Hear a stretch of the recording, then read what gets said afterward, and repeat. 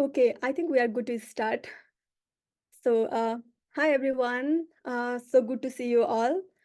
I think we all are excited about today's webinar. Also, this is our very first webinar for 2024. At Conservation Optimism, we share stories of hope. We are. So let me first quickly introduce you all myself. My name is Resu Basel. I'm community officer at Conservation Optimism. We also have Holly and Sophia. So would you like to introduce yourself? Oh, hi everyone. My name is Holly. I'm the project assistant and I work at Conservation Optimism. Hi everybody, I am Sophia. I'm the interim director for Conservation Optimism. And actually over here to my left, we have the incoming director as well.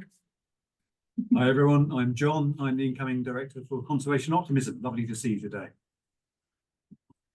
Thank you. So we also have David J, who is our program host. And you will hear a lot about nature positive tourism in rest of our webinar. Before I hand over this platform to Jay, just let me tell you that we have a slightly different format for a webinar. In this format, our webinar is split into two different parts, two different groups. And we have a lot of interaction sessions, so get ready with lots of your questions. We are also recording this webinar. And let me hand over this platform to David. Hi, Rachel. Thank you very much. Hello, everyone. Thank you all for coming. I can't see you, but I know you're out there. So I'm very grateful for the opportunity to talk to you all that Conservation Optimism has provided, and to have this recorded and made available later for people who enjoyed it so much they want to watch it again, or for people who missed it the first time round. So my presentation is going to take two parts. I was advised by Conservation Optimism that they had two main themes for the webinars, which are sharing optimism and building partnerships, something like that. And that worked very well with the two topics I wanted to talk about. One of which is nature positive tourism, which is a business initiative that ANIMONDIAL has been working on for a few years now, and which has been going very well, has huge potential, I think, to sort of change the shape of issues of conservation and biodiversity loss, and also to talk about a specific project that I work on called the Animal Protection Network, which involves us partnering with local NGOs around the world, and also trying to use those partnerships to build further partnerships. So those are the two topics, and I'll have a break in between so that we can talk about nature positive tourism before going on to the Animal Protection Network. Sorry. So just a brief hello from ANIMONDIAL. We're a consultancy in the travel and tourism sector. So we work with businesses, travel and tourism businesses, to advise them on animal welfare issues and also nature protection issues. And that can be anything from looking through the trips that they offer to see if any of those could be harmful, or helping them develop internal strategies for addressing their impacts on nature, and all sorts of other things within those realms. You can see here on the left the co-directors who founded the company, Helen and Daniel. That's me over on the right. We all have careers that have included working for animal welfare and nature protection, biodiversity conservation NGOs. So we bring a lot of that mentality to the company. But we specifically, or the directors when they set it up, specifically wanted to be able to talk to travel businesses as another business and be seen as part of the sector rather than external NGO, to advising and potentially criticising from the outside. So that's sort of how we've positioned ourselves is really to support the businesses, but with the sort of goals that we have brought with us from the NGO sector. We have various sort of initiatives within the company. One of them is the Animal Protection Network, which you can see a sort of stamp style logo there. Another is a biodiversity footprint evaluation tool called Nature Impact, which also has the logo there, and that allows companies that want to sort of grapple with the concept of what their impact on nature and biodiversity and animals might be, and it gives them a whole online scheme for doing that. So in order to be talking about nature positive tourism, I'm first going to start with the term nature positive, which is seen around a lot, so I thought I would share my perspective on it. It was actually, I think, first coined in the late 20-teens by a small collaboration group, I believe headed by WWF, but it was really first promoted and widely used by the Global Goal for Nature. And that is a sort of consortium or umbrella group involving a lot of big international NGOs, the usual suspects there, various global sustainable business groups. The World Business Council on Sustainable Development is in there, Capitals Coalition, Business for Nature. So they're quite big in the commercial world internationally, and various other associated organizations, so some environmental standards groups and things like that. And they were pushing this before COP15, the 15th meeting of the Convention on Biological Diversity, which happened at the end of last year. Sorry, at the end of 2022, which will crop up a few times. So the definition that the Global Goal for Nature provides for nature positive is to halt and reverse nature loss by 2030 on the 2020 baseline, and to achieve full recovery by 2050. It's a very strong, simple statement. A lot of people have rallied behind it. It has a few ambiguities, I think, in particular what full recovery might mean and what the baseline is for that.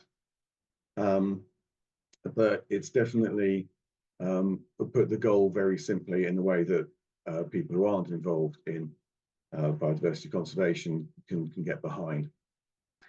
So the term nature positive also been used by the other international groups like the G7, who are using it in 2021. There's a Cambridge University Nature Positive Hub for the more academic side. The IUCN has taken it upon itself to produce some guidance on how to measure nature positive, how to measure, whether we have halted and reversed nature loss. And that is a large set of guidance that is currently under consultation, I believe. So there's quite a lot of international action rallying behind the term nature positive. Occasionally you see the term net positive for nature. That appears to mean the same thing. It's not used in quite such a broad way, but some organizations prefer it, and it effectively seems to come down to much the same thing. But the other thing that's worth saying about nature positive is it's been very widely adopted, and one might say widely co-opted, so that it's now used by a lot of people to mean a lot of things. The Global Goal for Nature's website is naturepositive.org, but if you accidentally type in naturepositive.com, you get the management consultancy that's based just outside Bath in the UK. And you'll also see lots of people talking about their nature positive actions when they basically refer to anything that's environmentally friendly, environmental improvement or anything like that, but without looking at the halting and reversing and the deadlines and all the other things that are intended to go with nature positive as a term. So that's where that's come from, and although it's potentially problematic, it's also very powerful, and a lot of, as I say, the business community is very motivated by it. And so it seems foolish not to use it in order to prompt the sort of action that we want to see. So in our role as advisors to the travel industry, we have to translate that into messaging for businesses, because that's really what our audience is. And the key elements that we try to bring out of that are the net positive effect. People, I think, are understanding a bit more about the environment as a kind of balance sheet because of all the discussion around carbon budgets and climate change and net zero. So those net impacts are a concept that people are more familiar with than they probably were 10 years ago. So we're applying that to nature and saying at the simplest level that we're talking about reducing impacts, negative impacts, restoring or enhancing biodiversity, so that's increasing positive impacts, and measuring and evaluating those two. So that's the other key element, is there's not just a question of being sustainable and then making some kind of positive contribution. It really does involve this net positive impact that requires the measurement of both the positive and the negative impacts to understand what the balance between the two is. We also talk to businesses about their risk. That involves dependencies on nature, and in the tourism sector that could be things like, well, for a start, a lot of nature tourism is dependent on having the animals that are being viewed or healthy ecosystems that people want to go hiking in. But also climate stability is a major dependency because people want to know what the weather's going to be like when they go somewhere. And lack of flooding, lack of desertification, ready access to water, all these sorts of things are dependencies on natural processes. And also consumers are an important factor there. Consumers across all sorts of sectors, but particularly the travel sector, are becoming increasingly sensitive to their impacts and the impacts of the companies that they use.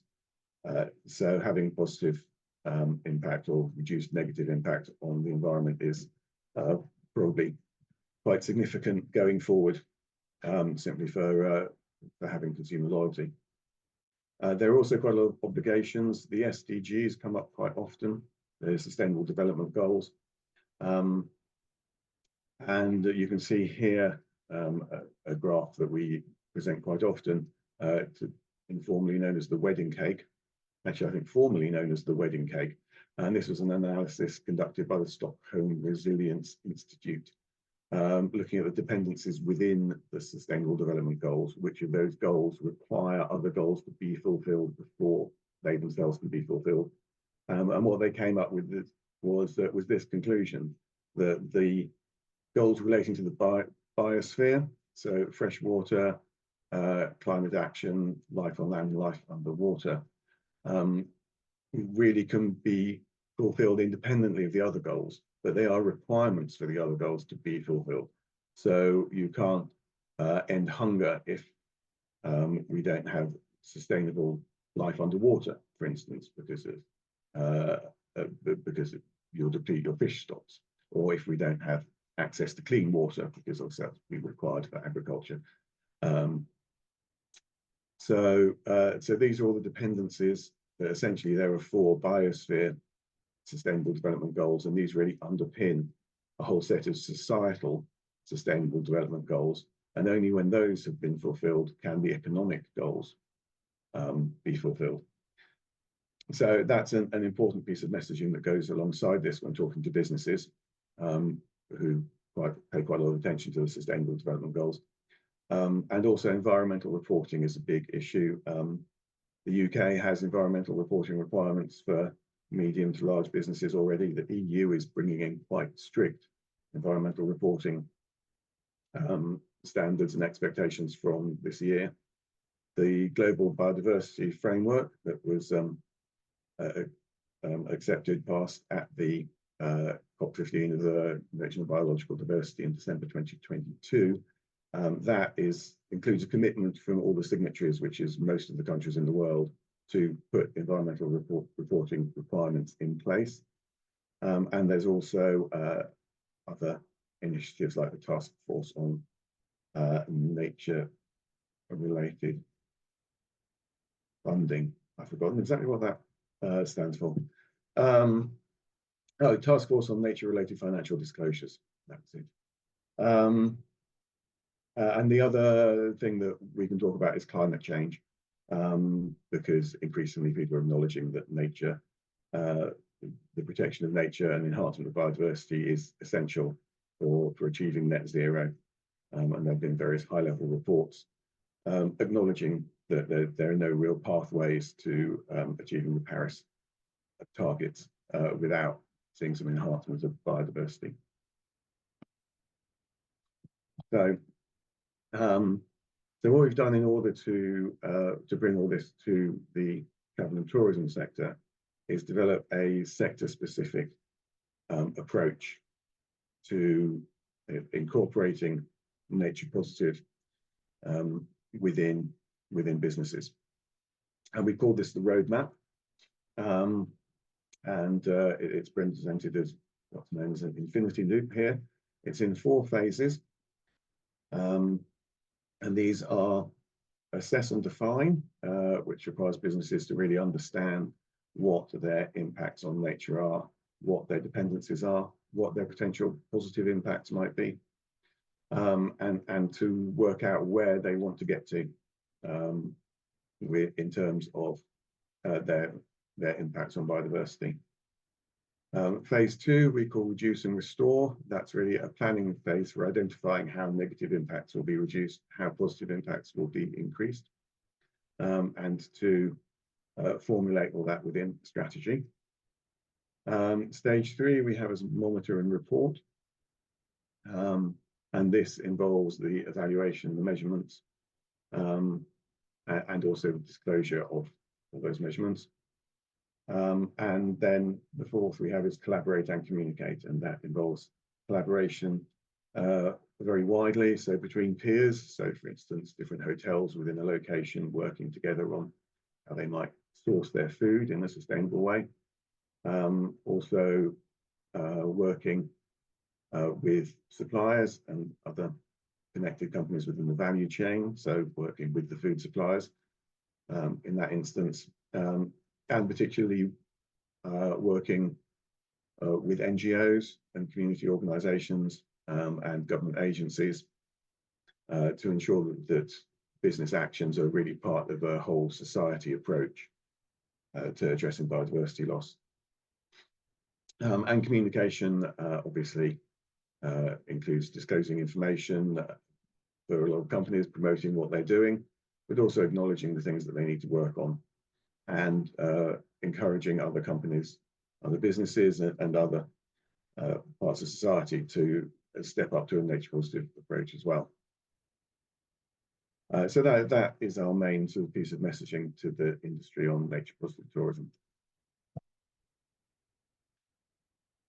So one of the things that's been very successful so far at a kind of international policy level is the Nature Positive Tourism Partnership.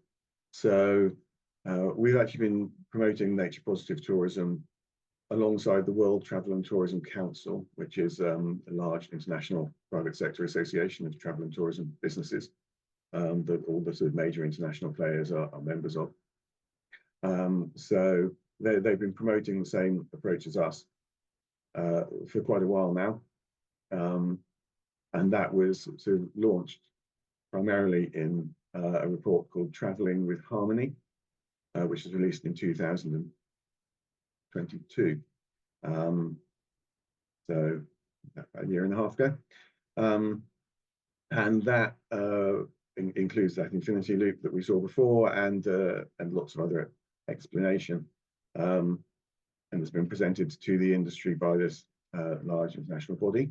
They also created a vision statement, and there's a page online where you can see that and sign up to it. So that was definitely one of our first rallying calls, and many travel and tourism businesses and associated organisations have signed up to that already. So at COP15 of the CBD in December 2022, the Nature Positive Tourism Partnership was officially announced, and this involved WTTC, who we've been working with for a while by then, but also UN Tourism, which used to be the UN World Tourism Organization, but rebranded last month. So that's obviously a major UN agency, and the Sustainable Hospitality Alliance, which is another private sector association within the hospitality industry, looking at the net positive outputs and sustainability.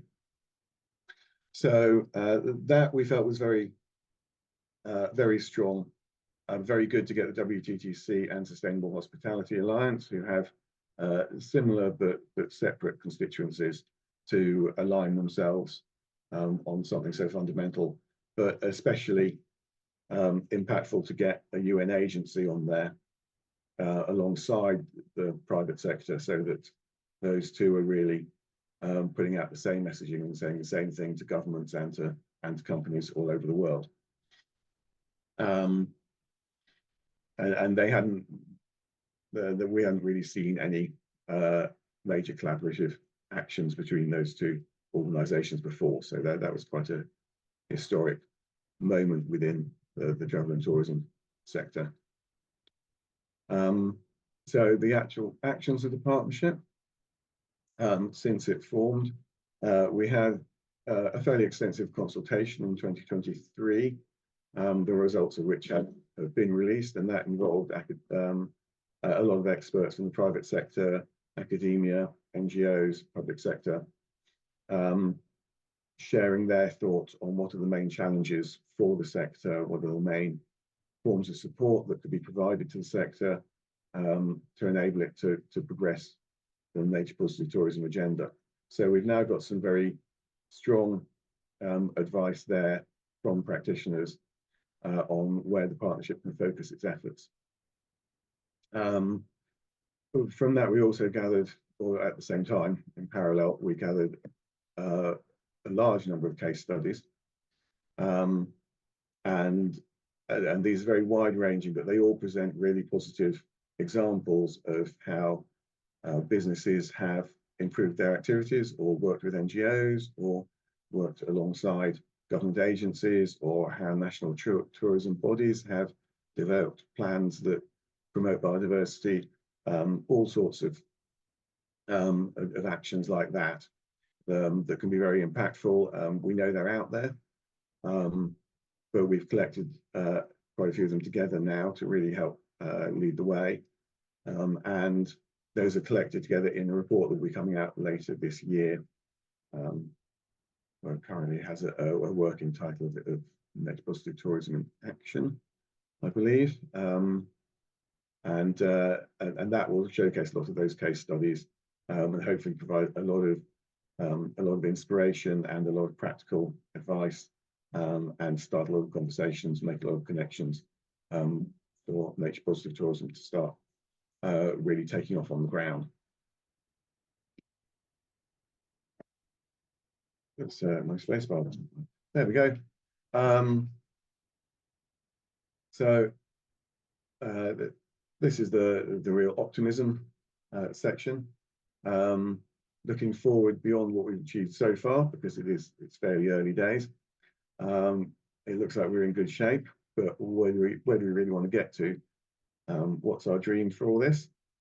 Well, we talk a lot about travel and tourism becoming a guardian of nature. And obviously that's a great little soundbite, but we consider it very significant because of all the business sectors that are targeted by sustainability initiatives, travel and tourism has a real potential for positive impact. You see a lot of communications about biodiversity loss and businesses going out to the extractive industries or agro industry, or fashion and apparel. And these have huge impacts, and definitely they need to be curbing those. But it's hard to see how they can leverage as much benefit for biodiversity as travel and tourism already does around the world, by providing nature-friendly incomes, funding for national parks, and all sorts of other benefits. So what we really see here is a sector that could not just be reducing its impact, but actually be having a positive effect on biodiversity in many key locations around the world. So that's our big vision, is not just to reduce the harm the business does, but actually to make this whole sector of business an ally in the biodiversity conservation movement. In doing that, we hope that this sector will be leading other sectors, will be showing the potential for business to really having that positive impact, and really increase the aspirations across the whole of the commercial world. So again, yes, I'm not sure we get much more optimistic than that. But looking at slightly more concrete level, we do want to build more high-level collaborations.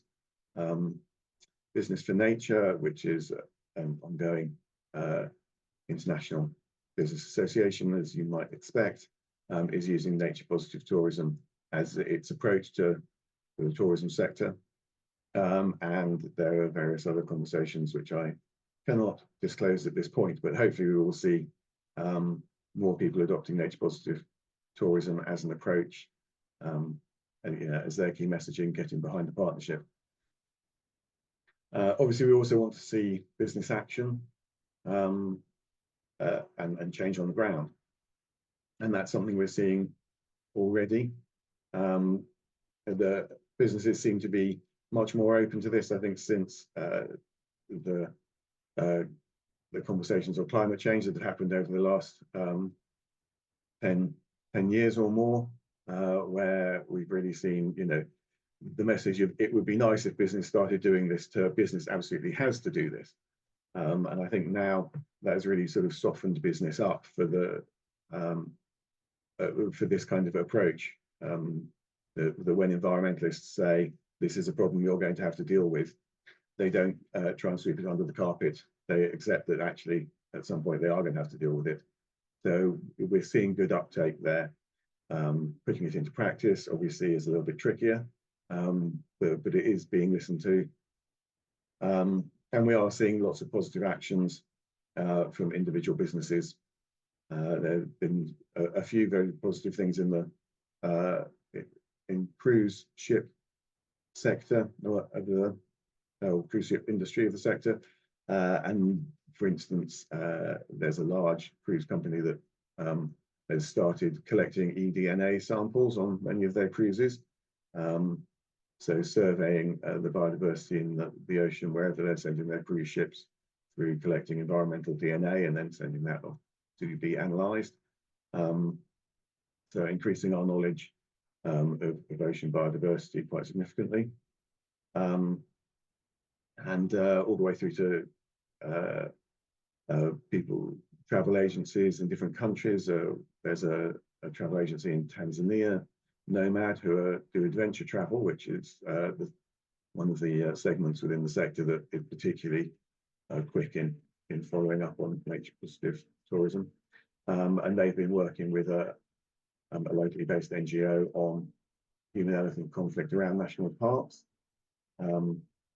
which I think is very encouraging, because it's clearly a tourism-connected problem, but not one that directly affects tourism. So it's very good to see a travel company accepting some responsibility and getting involved in what they could be considering collateral damage, or not even understanding at all. So there is lots of good business action, and through our case studies, we're hoping to share that and see it replicated. If you want to track this, anyone can get in touch with me at any time of the way. I'm very open to being contacted.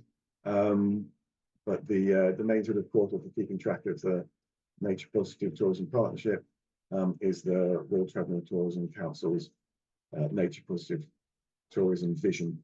If you type that into your favorite search engine, that should come up very quickly, and that includes an option to download the report that was published in 2022, of which the front page is just there, and also sign on to the vision itself, which also puts you on an email list so that you get bi-monthly newsletters and other updates.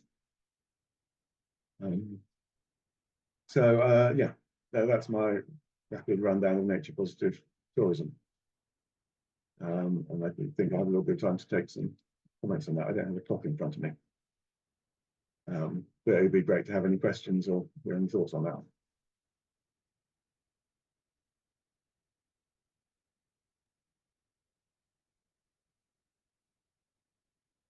Thank you, David. That was quite insightful. I hope the participants you have come up with some of the great questions. So I have a question actually. So I can start with my question. David, what was the triggering factor that motivated you for this nature positive tourism idea? So can you share something?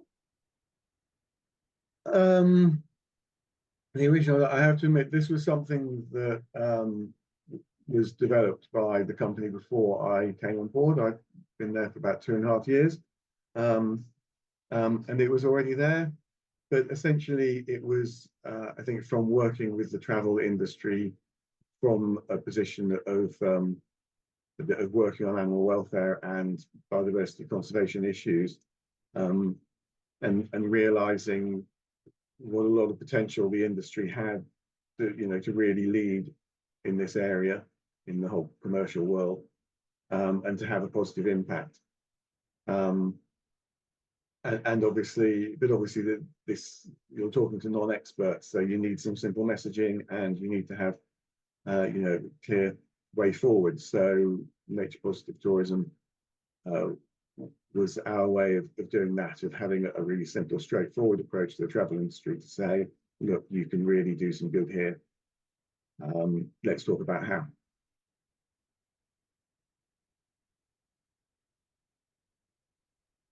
Great. Thanks, David. We already have one interesting question on the chat. So it's from Amy. What are the biggest challenges for working with travel or tourism companies for nature and sustainability?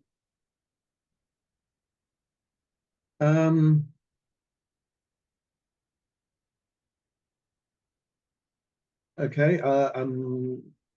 That seems to be a big question with lots of ways to approach it. The first thing I'd say is that the travel sector is divided into several industries, and they need to be approached very differently. So the way you'd approach an individual hotel, potentially in a biodiverse area that's going to have fairly direct impacts, if it simply within its own grounds and through local suppliers and things like that. How you talk to them will be very different from how you work with a travel agent that's based in the UK or EU, and sending people overseas, but which itself has no overseas operations whatsoever, simply connects the travellers with the in-destination operations. So those companies in particular, there's a difficulty in explaining to them that they have some responsibility for the impact that tourists have in the destinations that they send them to, even though their company has no presence there whatsoever. They are enabling tourists to go there and have an impact, and they should be taking responsibility for what that impact is. And I guess that opens up the very large issue of value chains.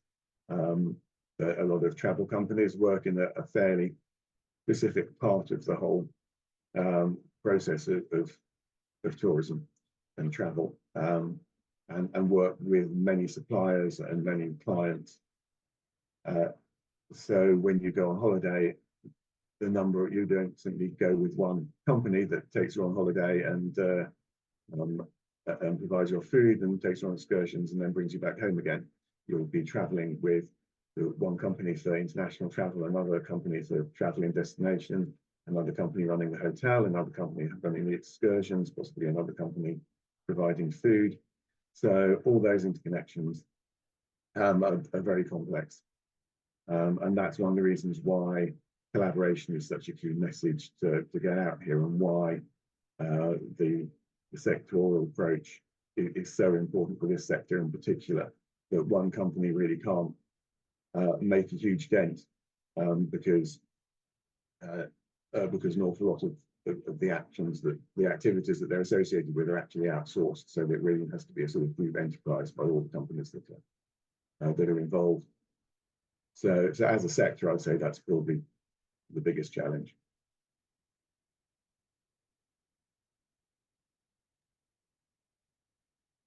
Great. I hope that answered Amy's query. So there is another question related to plastic waste, tourism, and travel. It is from Juliana. Does plastic waste come into the conservation, both the production of it by travel companies and how they deal with it in spaces they work?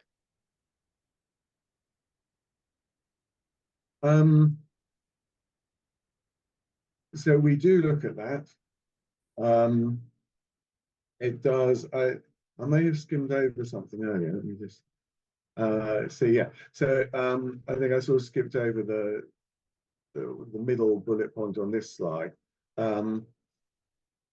So when we look at the assessment and the impacts and the basic scope of the nature positive tourism approach, this includes sort of direct impacts on biodiversity, but it also includes a lot of environment and sustainability issues, so waste and water use, and carbon emissions.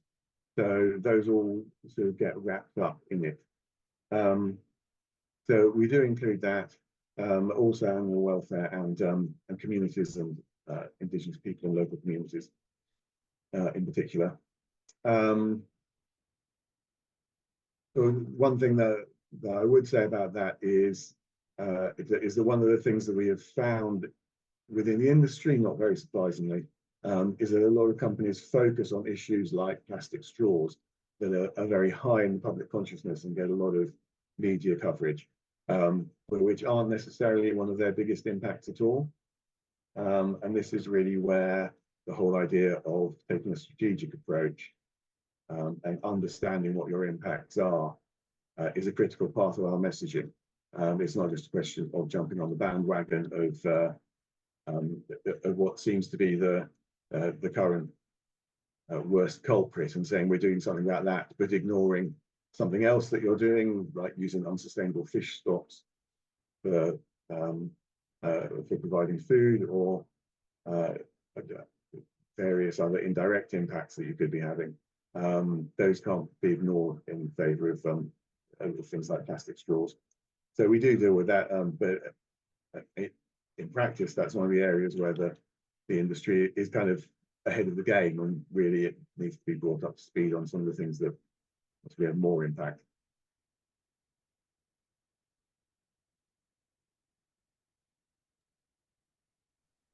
Great, thank you. There is one more question on case study. Actually, I also had one question which is related to this. So there is a question. You mentioned Kenya, a case study from Kenya. From which regions are most of your partners, companies, and NGOs based? Okay, so well, we're a UK-based company. So we do have a lot of UK-based contacts and clients, but a lot of them are international organisations, so they may be based in the UK, or we may be talking to a UK office, or through them talking to an international office. We do work internationally and have clients and partners around the world. But yes, so a lot of our contacts are in the UK, EU, and the US. but not exclusively, and we're very open on that.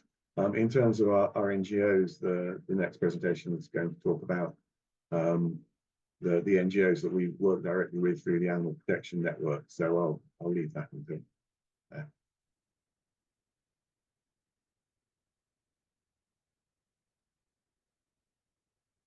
Great, thank you. There is one more question on chat from Trang.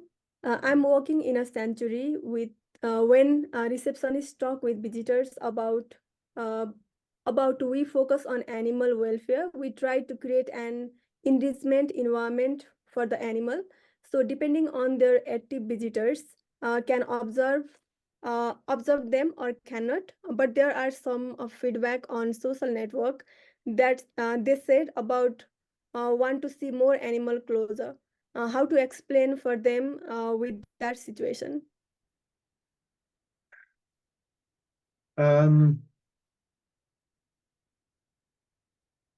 Yeah, this is a very good question, and this is an issue that we look at. It's part of quite a wide issue within wildlife tourism. Essentially, obviously, it occurs a lot with wildlife viewing and supplementally feeding wildlife in order to encourage animals to approach viewing areas. And other things like that, crowding animals in protected areas in order to get a good view of them, and all those sorts of things, where essentially there's a kind of consumer demand to do something that's actually not that's actually having a negative impact on animals. There are various sanctuaries around the world that face this problem. And I think the best approach really is to come on quite strong about why you're a sanctuary and all the good you're doing for animals. I think you have to assume that the people who are visiting care about animals, even if they don't necessarily understand fully the impact of their actions on them. So I think that the key is to have strong messaging about what you're doing there, how you're rescuing these animals, what you're rescuing them from, how you're looking after them, how you're giving them the best life possible, and then package into that some understanding of why this limits the opportunities for all the people who come to visit your sanctuary in terms of having close views of the animals or having contact with them or anything like that. I know there's a sanctuary in Guatemala that has a whole sort of half-hour educational information experience that you have to go through before you can get into the actual sanctuary proper, where you see the animals. So they really do make sure that the people who are coming to see the animals have already been made aware of and sensitized to those issues. But it definitely is a challenge, and you're welcome to drop me a line on my emails up on screen now if you want to talk more about that.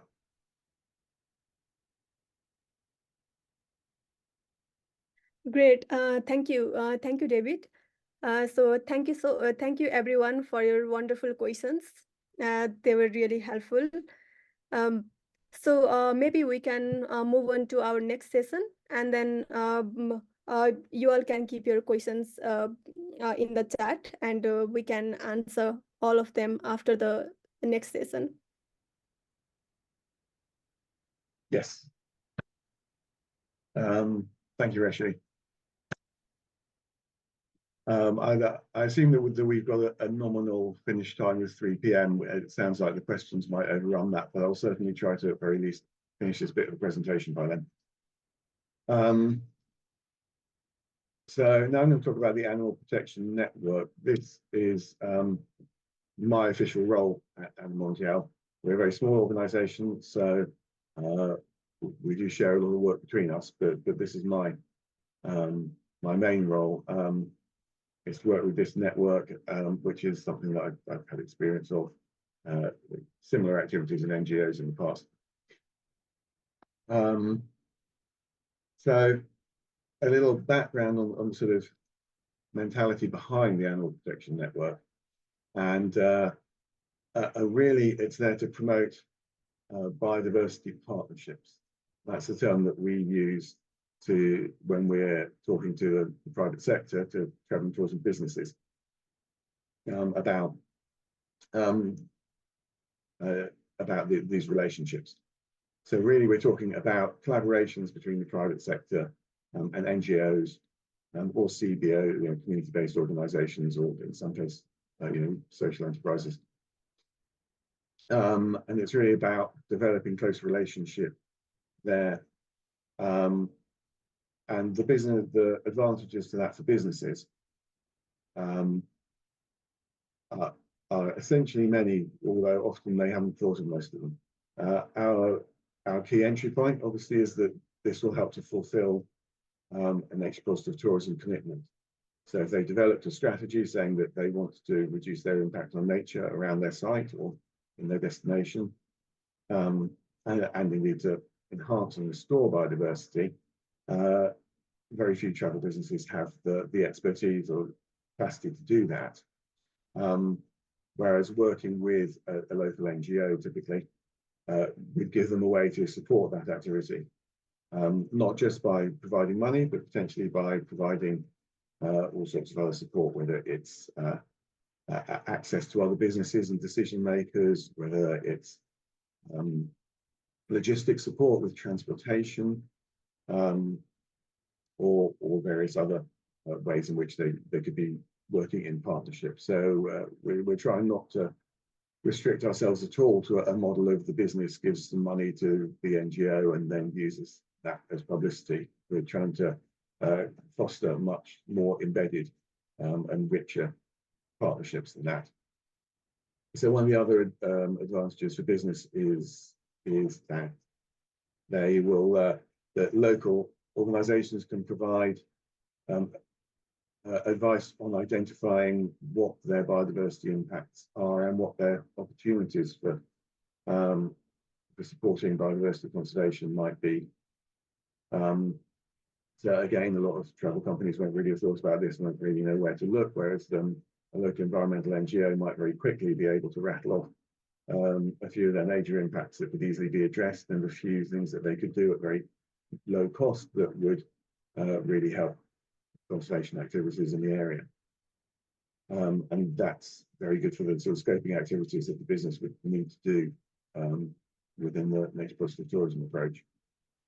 Also, when it comes to the monitoring and evaluation, this is something else that there's very little expertise for in these businesses, but the NGOs, academic institutions, etc., might be able to help with a lot. So if they have a target to increase the biodiversity, even just on their hotel grounds, or to reduce the impact of tourists passing through a natural area on the local flora, or whatever it may be, collecting data on that is something that they could well want to outsource to a partner organisation. And if they can do it through a partnership like this, they won't just have to pay money. They may be able to provide other support and have a positive relationship that isn't just funding based. It also helps to connect the business to the community and the local society, which can be very beneficial for them in various ways. And also, of course, it has a huge appeal to customers, most obviously in terms of being able to say we support this work, but also potentially opportunities to go and visit the projects that are being supported, or for the projects to come in and talk to travellers about the work that they're doing, and all these things which could actually improve the experience for the visitors, which is obviously what the travel company is really focused on.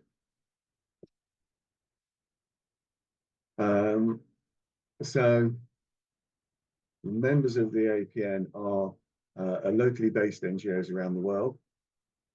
I'll talk a little bit more about the range and the criteria. But in terms of how the network functions, individual organisations have to go through an approval process. This is quite tricky, and it's not intended to be a universal approval process that judges whether the organisation is good or bad or worthwhile or not.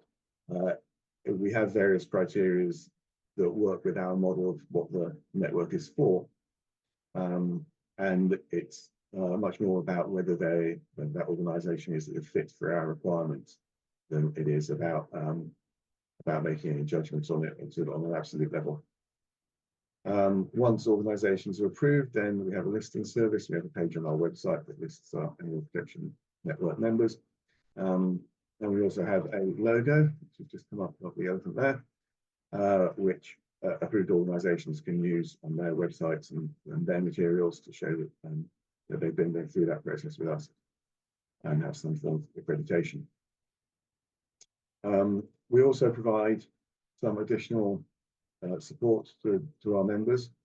We promote them where possible within the travel industry, and we try to connect them to businesses that might be interested in working with them, and to other NGOs or academic institutions or whatever other organisations we're in contact with that we think could benefit from having a connection there. We also provide a certain amount of advice and guidance, not very much in the form of filling their identified skill gaps. So certainly not looking at their work and providing our thoughts on what they should be doing.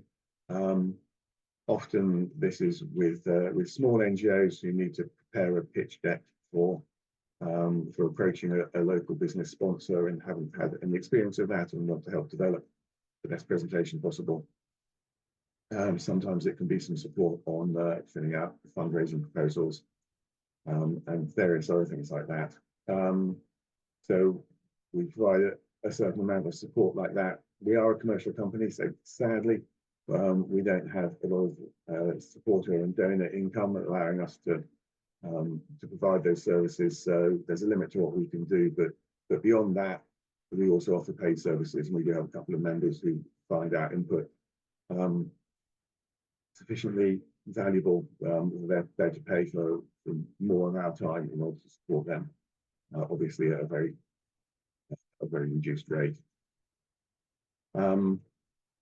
Yes, and what we're looking for ultimately, hopefully, is the potential for partnerships with local businesses or international businesses that could support the local project through donations, through logistic support, potentially through promoting visits if it's an NGO or similar project that is funded through visits of any sort, whether it's sort of stays or people come to a sanctuary or excursions that they run. Then potentially we can find agencies and operators that would promote that, and also supporting NGOs in engaging with travel businesses over conservation issues that are relevant in their area. Sometimes it can be very hard to get a meeting to talk about something that you wish that the travel business was doing differently, and sometimes we can help open the door there.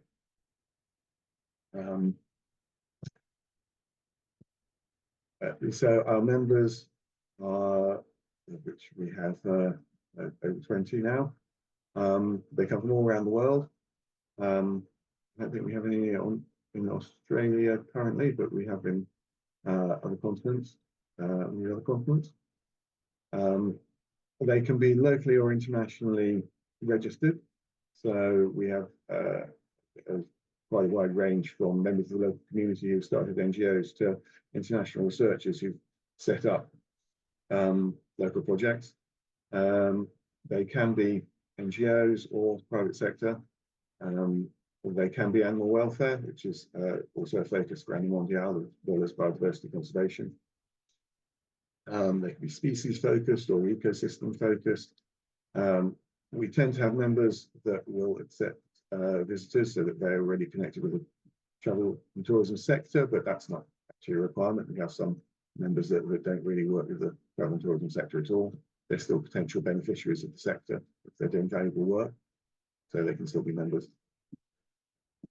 So our criteria, what we do require for members is a certain amount of institutional formality. So they need to be a registered organisation in some form in the area that they work in. They need to be primarily focused on nature and to have a field operation. So we don't take members as a purely campaigning or awareness raising organisations, and we don't take travel organisations that look at ecotourism or any other organisations like that, which are promoting nature through their travel business. That can be a hard line to draw, and we do try to support those organisations, but not through the animal protection network itself. We do ask about community sensitivity. I've put some organisations aren't working on conservation actions that particularly require community engagement. So we don't demand community engagement, but where communities are affected by activities, we do check to make sure that that is being handled sensitively and appropriately. As part of our approval process, we do a screening on good practice based on principles of animal welfare, good biodiversity conservation practice, research being conducted responsibly and also being utilised effectively and disseminated appropriately, how visitors are handled, and also we look at whether there are any specific activities that we would consider unacceptable. So that's our main mechanism for promoting partnership, particularly within the NGO and biodiversity conservation world. So a quick review of the kinds of partnership we're promoting. Firstly, this is a partnership between us and the members. So we provide support for them, but it also supports us with being aware of issues in the areas that they're operating, and it provides us with some case studies and stories to tell to the travel industry about positive actions that they could be getting involved in. So it really helps us to follow through on our message that travel businesses need to be working with NGOs by really giving life to what that means and showcasing the NGO sector for them. Obviously, we're also aiming to build relationships between other individual travel businesses and projects and create partnerships there. We also put projects in touch with each other if they're working on similar issues or in similar areas, and we try to build connections there. And we also look at running collaborative campaigns with our members and supporting them in some of the work that they're doing where it's relevant for the travel and tourism industry. If anyone here is part of or knows of an NGO that they think fits those criteria and will be interested in joining the Animal Protection Network, then you're welcome to drop me a line on apn@animondial.com.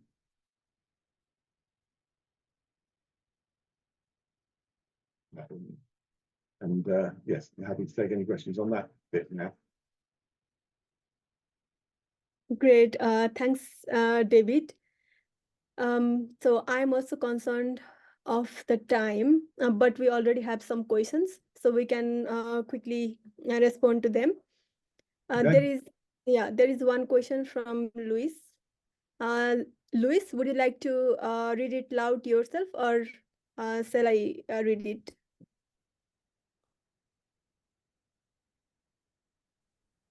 Hi, it's Lois here. I can read it. I was just interested in terms of how you approach invasive alien species. So we've had quite a lot of customer feedback regarding something like swimming with pigs in the Exuma, pink flamingos that are on the beaches in some of our hotels in Aruba, and it's just again how to manage that essentially by essentially factually saying it's there, but then not encouraging customers to participate. Yes. So that, I think, I take it you're from a travel business, is that right? I am, yes. Yeah. We do have to be fairly case by case on things like that, I think. Now, I'm not particularly familiar with either of those examples. But we certainly, again, we would look at building connections locally. So particularly looking at what any local NGOs or academics or other experts are doing about the invasive species problem, looking at what the national and local government approach to the invasive species problem is, and trying to find an approach for the travel business that supports that. Again, I think it's a bit like the sanctuary issue that was raised earlier, that often one does have to be bold and talk to the customers, the guests about the issue, and be frank and explain why you're taking the approach that you are. But potentially some of those things become naturalized or can be contained. So there's also potential in some situations for invasive species, if they're being successfully contained, to be a relatively sustainable cause of attraction. But if they're not, then obviously the travel action has to be aligned with the conservation actions that are taking place, and supporting them. Yep, great. Thanks, David. You're welcome to drop me a line, an email as well, if you want to talk about any of that in more detail, then I can look quickly at specific cases and provide any thoughts if that's helpful. Thank you. No, will do.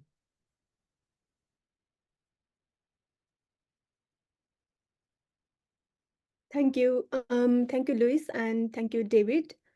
As you all know that this webinar is being recorded, so you can also hear this webinar later on our YouTube channel. Also, if you have any further question, please feel free to write to us or to David directly, so that he will respond to your queries. And yeah, thank you everyone.